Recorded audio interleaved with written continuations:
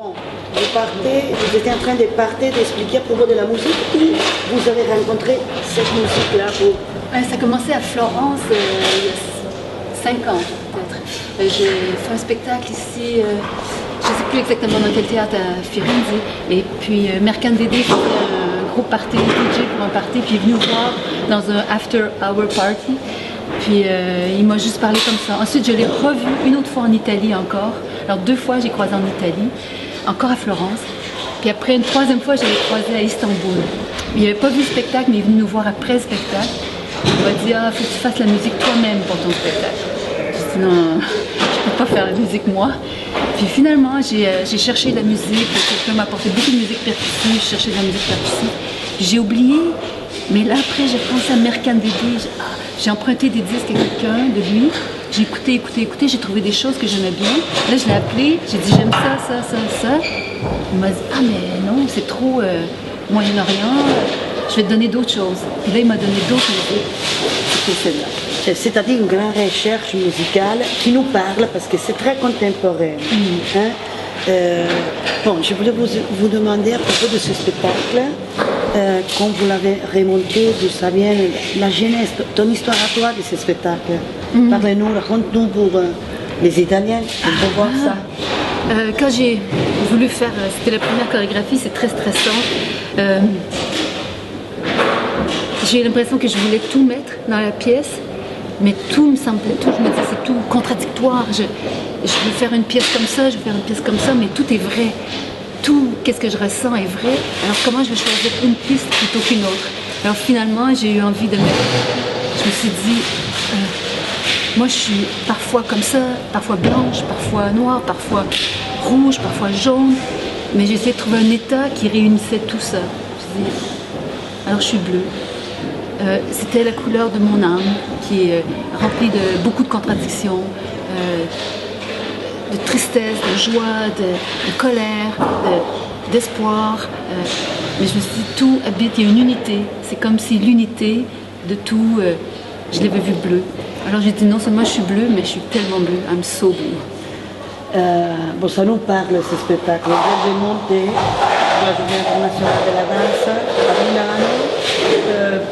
Un spectacle qui s'appelle Bleu. Une danseuse classique qui a dirigé une contemporaine et une danseur partenaire dans et on a joué les bleus et les rouges, ce qui est arrivé dans la seconde partie.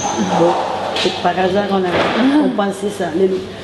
Je voulais vous demander à propos de la relation avec ces partenaires-là, depuis quand vous travaillez avec lui, si vous présentez aussi les messieurs.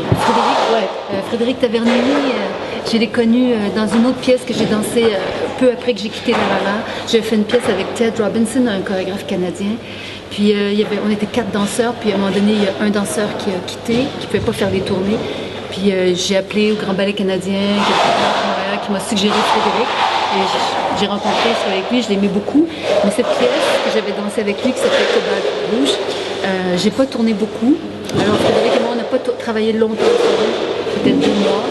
Puis après, j'avais plus de projet, cette pièce-là ne tournait pas, j'ai fait un autre projet, il était ailleurs, donc on a pu retravailler ensemble. Puis finalement, je disais tout le temps, quand j'ai une occasion, dès que le moment se présente, je retravaille avec toi. J'ai appelé pour travailler les duos de Locke, le spectacle précédent que j'ai fait, il n'était pas libre. Puis il voulait plus faire la création avec moi. Parce que la dernière fois, je l'avais approché pour remplacer, et là encore, c'était pour remplacer. Il a dit non, j'attends une création. Là, quand j'ai eu une création à faire, j'ai pris. Alors, pour Dance Impulse, vous serez présent avec ce spectacle même, le même spectacle avec lui, hein, le mois d'août. Au mois d'août. Avant, on fait Montréal, un gros festival à Montréal. Quand vous serez à Montréal, FTA 6-7 juin à Montréal. Avec ces spectacles-là. Oui. Donc alors, on va annoncer qu'il peut venir le voir à Montréal. Ou à Dance Impulse, c'est plus proche, en Europe. Oui, c'est presque complet à Montréal, mais sinon, il faut venir à Vienne. Votre recherche, vous travaillez seul, avec des collaborateurs, vous nous avez introduit un assistant chorégraphe. Oui. Les lumières. Les lumières, je travaille beaucoup avec Alain Lortie. En fait, même les créations qui n'étaient pas de moi, mais j'ai engagé un chorégraphe, mais j'ai engagé un éclairagiste. Je pense souvent à Alain Lortie, c'est un très bon éclairagiste, qui a travaillé avec La La La les premières années où j'étais là.